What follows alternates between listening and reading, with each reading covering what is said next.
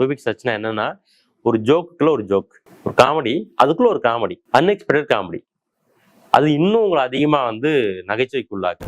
பசுகிராஸ் அப்படிங்கிறது வந்து இல்ல, சுவிட்சர்லாந்துல இருக்கிற ஒரு ட்ரூப். அப்போ கரெக்டாக அந்த டைம்ல மெட்டல் இன்ஸ்ட்ருமெண்ட்டை வச்சுட்டு உருவான ஒரு இசை குழு.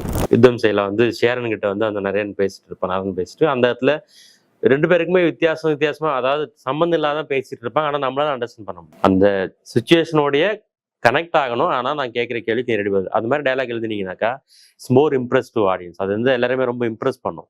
ஏன்னா ஒரு ஸ்க்ரீன் பிளேவை நீங்க வந்து ஒரு பில்டிங் அதுக்குள்ள இருக்கிற ஒரு ஆர்கிடெக்சர் மாதிரி கன்சீவ் பண்ணிக்கங்க.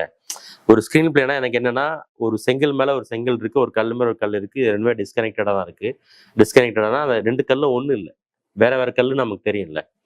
எரிச்சு பார்த்தா கல்கல்லா வேற வேற கல்லா இருக்கு, ஆனா ரெண்டுமே கனெக்டடா இருக்கு. அப்புறம் அது எல்லாமே வந்து பேஸ்ல ரொம்ப வெல் கனெக்டடா இருக்கு.